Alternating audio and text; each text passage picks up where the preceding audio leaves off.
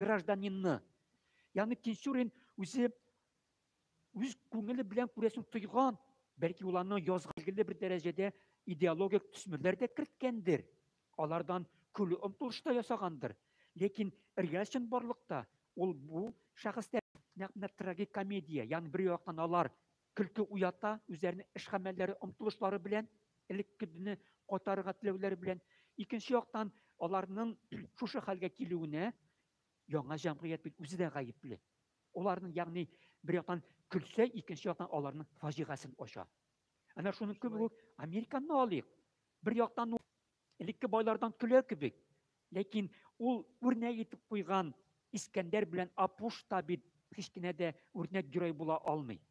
Аларның мәгънәсез эш гамәлләре көлкелелек аша, юмор сатира аша бирелсә дә, Искәндәр дә бит урлап качучы бит ул да. Ә инде элекке байларның мәгънәсез эш гамәлләре, хыял омтылышларының урынсызлыгын усал итеп ул фаш итә икән. Демәк, татар халкында, безнең аерым шәхесләребез арасында әнә шундый сыйфатлар, теләкләр, омтылышлар, мәгънәсез эш гамәлләр, яисә наданлыкны да белемлелек итеп омтылышларыннан усал көлгән икән. Бу бүген дә заманча яңгырый. Бүген дә үзенең белеме булмаган килештә белгән булып сөйләүчеләр, язучылар, яисә эш гамәл кылучылар әллә ни хәтле. Бүген дә заманча яңгырый һәр әсәре диетерлек. Рәхмәт, тулы җавап алдык. Шулай ук җилкәнсезләрне телгә алдыгыз һәм Американ, алар да безнең репертуарда бар һәм гадәттә уңыш белән бара, анышлык белән бара. Чөнки ул әсәрләрнең спектакль буларак бүген куелышының да заманча булуын, бүгенге тамашачыга да ул кирәк. Ул алардан карап, ул төшерне генә аңлап калмый, андагы кешегә бәйле сыйфатларның дип әйтимме, яисә кешегә нисбәтле күренешләрнең ул җәмгыятьтәге бүгенге безгә дә килгәнлеген аңлыйбыз, тоябыз, ниндидер бер гыйбрәт алып залдан чыгабыз. Рәхмәт, Әлфәт әфәнде. Менә мин инде шундый сорауны биргәнем, сез җавап бирдегез. Әйбит, Кәрим Тинчуринның драма һәм комедияләр бүген дә сәхнәләребез түрендә, бүген дә гөрләп бара, бүген дә актуаль. Хикмәт нәрсәдә дигәнгә, безнең күренекле язучы, драматург Туфан Миңнуллинның да фикерләрен тамашачыга җиткерик әле. Аның сире әсәрләренең халыкчан булуында дип җавап бирә. Кәрим Тинчурин исә халыкчан булам дип кешнәми, халыкка хезмәт итә.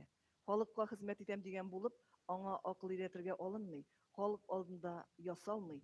Елый икән, елый, елмайса эшкерсез елмая. Бусы беренче җавап. Икенчесе, Кәрим Тинчурин әсәрләренең гомерен озын иткән икенче нәрсә, аларның зыялы, талантлы остаз тарафыннан яган булуларында ди. Өченчесе, Кәрим Тинчурин әсәрләренең теле. Телне тыю, аңа сизгерлек, табигый талант кирәк ди ул. Туфан Миңнуллин. Чынлап та бу очракта инде Туфан абый белән килешүне генә әйтеп кенә китәсем килә. Берничә генә секунд белән эчендә чынлап та Кәрим Тинчурин әсәрләренең яисәнең буенча куелган спектакльләрен алып караган вакытта безнең күз алдында карагыз сез әсәрләренең төзеклеге, композицион яктан уңышлы булуы. Ягъни режиссерлар бу әсәрләрне куелга алганнан соң, туктале моны кыскартыйк, моны өстик, күчерик дип азапламый, бәхәсләшми, аңа урын юк. Чөнки аның һәрбер күренеше, һәрбер мизансценасы инде күз алдына киленә. Менә мин, син режиссер буларак алынабыз икән, шактый ачык күз алдына китерәбез. Теле, ягъни ул әсәрләрнең телендә җырлык булсын, тапкырлык булсын. Шуңа күрә Кәрим абыйның әлеге әсәрләрнең исемнәре генә дә гыйбарә булып йөрерлек. Сүнгән йолдызлар һәркемнең телендә. Без хәтта Тинчуринның үзендә вакытсыз сүнгән йолдыз дибез, ләкин театр күгендә янган йолдыз дибез. Янган йолдыз без, әйе. Кандыр буендагы җыры, шигырьләре, аның без кабызган утлары бүген дә сәхнәләрдә яңгырый. Ул без Тинчурин кабызган ут, Аллага шөкер, театрларыбызда бүген дә яна, киләчәктә дә яныр дигән өмет белән яшибез. Карагыз сез, аның һәрбер әнә шул рәвешле әсәренең исеменме, иштәлегенә салынган фикерме заманчалык белән бәйле. Рәхмәт. Язган пьесалар арасында зур уңыш казанган Зәңгәр шәлгә тукталыйк әле. Халык мәхәббәтен казанган бу үлемсез пьесаның уңышы сире нидә? Талантлы режиссер Марсель Хакимҗан улы Сәлимҗановка бу сорауны биргәч, ул болай ди: Татар җанының иң нечкә кылларын тибрәткән асыл пьеса. Әсәр тамашачыны сокландыра, милли җирлеге белән күңелләргә хуш килә ди ул. Бөек композитор Салих Сәйдәшевнең нечкә лирик вә нәзакәтле музыкасы ям өстенә ям биреп, спектакльне тагын да тулыландыра ди. Сезгә дә тулыландырырга. Бик рәхмәтле.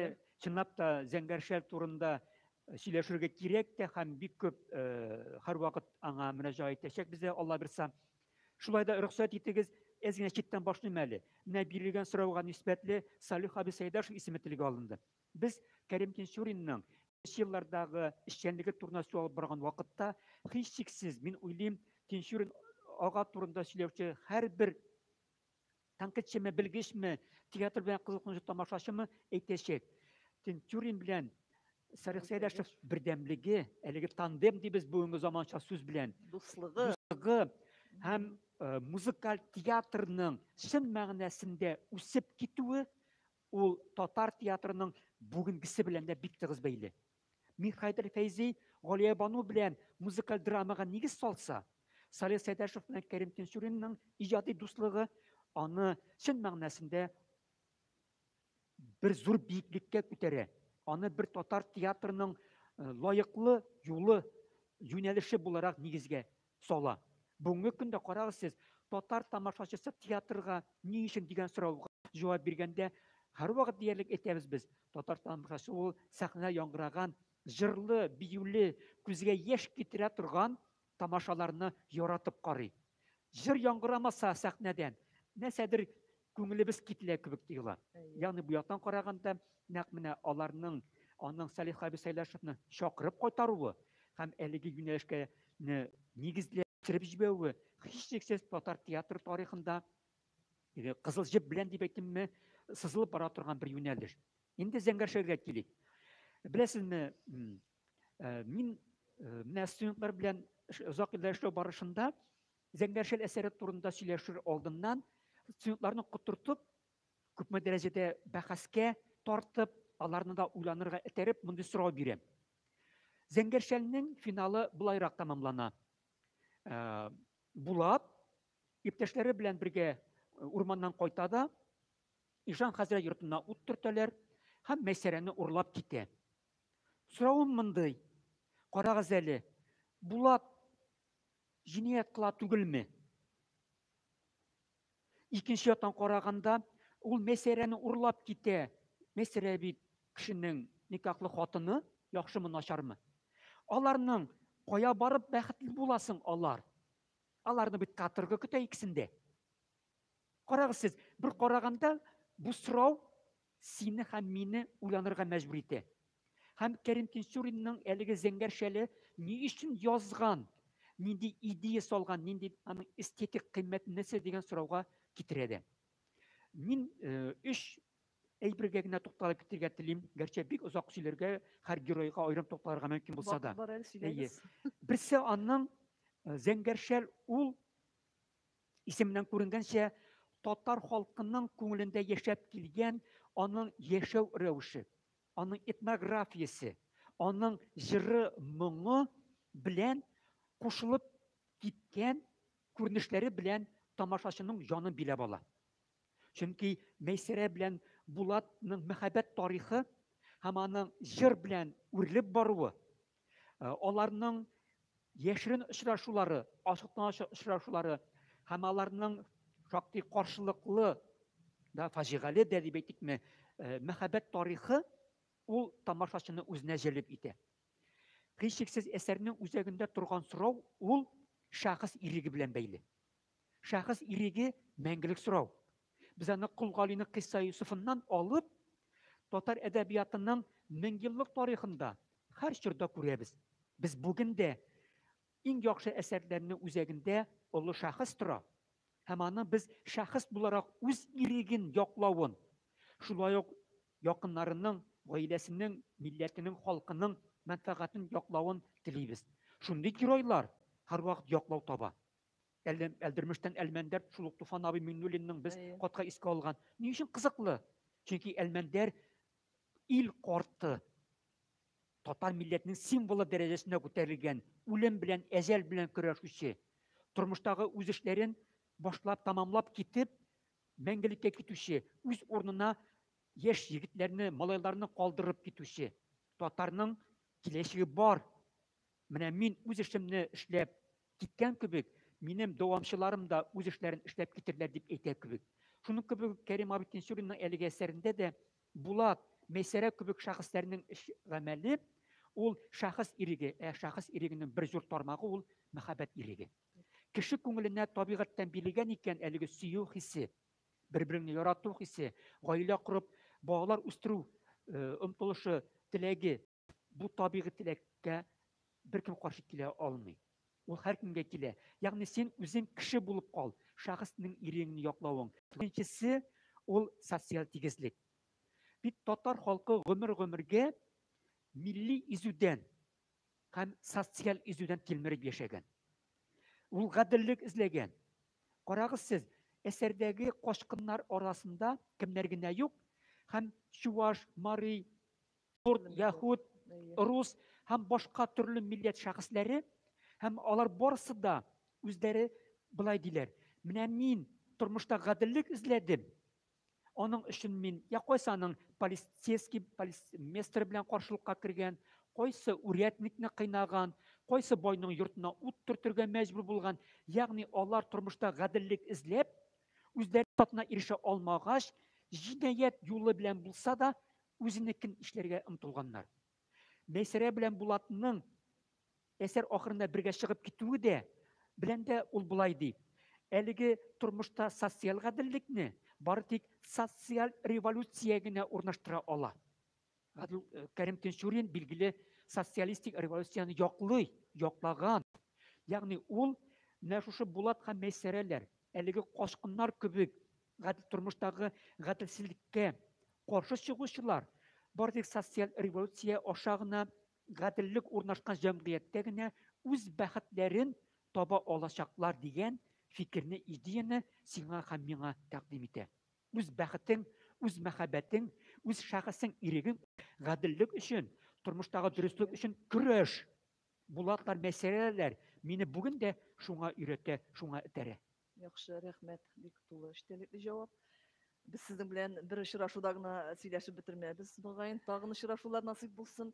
Менә күренекле язучыбыз Мөхәммәд Мәхдиев ул кабызган утлар балкышы дип аталган мәкаләсендә, бу мәкалә инде 1967 елда язылган. Тинчуриныбыз бар иде. Кадрын белеп искә алу, таланты алдында баш ию гадәт булып китсен иде дигән фикерне әйтә. Әлбәттә, бу фикер эченә зур мәгънә салынган, Әлфәт әфәнде. Менә ул 55-тә акланганнан соң 69-67 ел бит әле ул сәхнәләрдә әсәрләре куела башлый, шулай бит. Менә ул Мөхәммәд Мәхдиев борчылган. Без ни әйтер идегез Кәрим Тинчурин иҗаты һәм аның биеклеге турында? Синап та менә дөрес игътибар иттердегез. 1955 елда Кәрим Тинчурин аклана, аның нахакаеп белән репрессияләнүе, хәтта үтерелүе инде төгәл бәясен ала. Аллага шөкер дип әйтик. Менә шуннан соң 10 ел вакыт үтә, билгеле әле ул кыска вакыт, әнә шу репрессияләнгән халык дошманнары дип атап, исемнәре, әсәрләре мәктәп дәреслекләреннән йыртып алынган, кисеп алынган шәхесләребезнең көйне кире кайтару 10 ел гына бик аз вакыт. Шулай булса Мөхәммәд Мәхдиев әле ул үзе дә яшь укытучы, яшь белгеч буларак Кәрим Тинчуринның татар драматургиясе, татар тарихындагы урынын яхшы аңлаган һәм борчылганда. Менә без бүген Аллага шөкер Кәрим абый Тинчуринның инде бай мирасы кайтты. Аның иҗатын өйрәнү шактый уңышлы бара. 1988 елда әлеге безнең бу бинага Кәрим Тинчурин исеме бирелү, аның эшчәнлеге, аның мирасы алдында баш ию һәм исемен мәңгеләштерүнең бер чагылышы. Менә без 2 елга бер Kerim Tinşuri ismindeki tiyatro festivalleri, milli dramaturgiya festivali uyuşturabız iken, Allah'a şükür mine bıyıl da birisi çirattağışı dip ettiğinde bik maturguna üttip gitti. Dereceli bulup uzun Dereceli bulup eyi. Bu şulay yok Kerim Tinşuri ismin bizning totarga gına tugul, boşka tuğandaş, boşka millet vekillerine de takdim etu. Çünkü onlar da üzerinin Utmurt mu, Rus mu, boşka tildeki spektakller bilen Tinşurin ismindeki milli dramaturgiya festivaline kildiler bit. Ana şul rövüşli. Emme tınışlanırga da yoramay. Çünkü mine bu Tinşurin turundağı mine mini kitaplarımız çıgı, ol hiç çeksiz onun aldığındaki işinin eli ol bir ölüşügüne. Mine yarar. İkinci, bilesiz mi? Şahısının ismin soqlauның en oңышлы yolu eserlerinin sahnelerde koyuluğu. Allah'a şükür koyulup kile. Min oylayım alдағы yıllarda da, şurlarda da Tatar tiyatrları Kerim Tinşuri'nin eserleri bilen, onun klasikası bilen boyutulgan bulur. Repertuarda daimi orun alırdı bu ilim. En mühiminin birisi. Әлеге şahıslarını tanıtının en ötemli yolu ol mektepte bağlarga әлеге şahısını күрсәтү, tanıtу.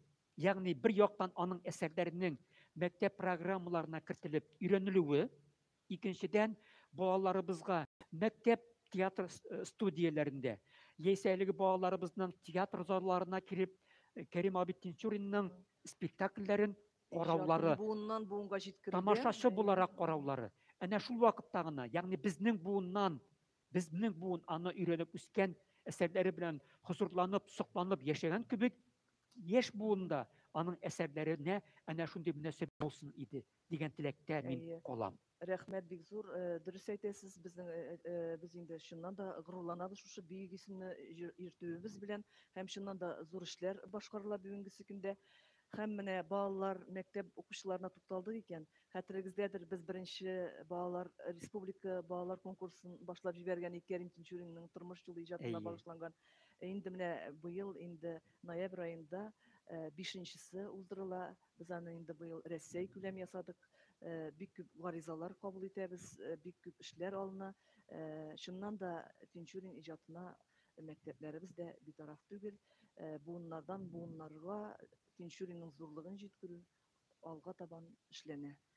Sizge indi big zor rəhmət. Elfet efendi şul kadar iştelikli aralaşu buldu bu, sileşu buldu. Sizni tutatırga da korkup oturdum indi.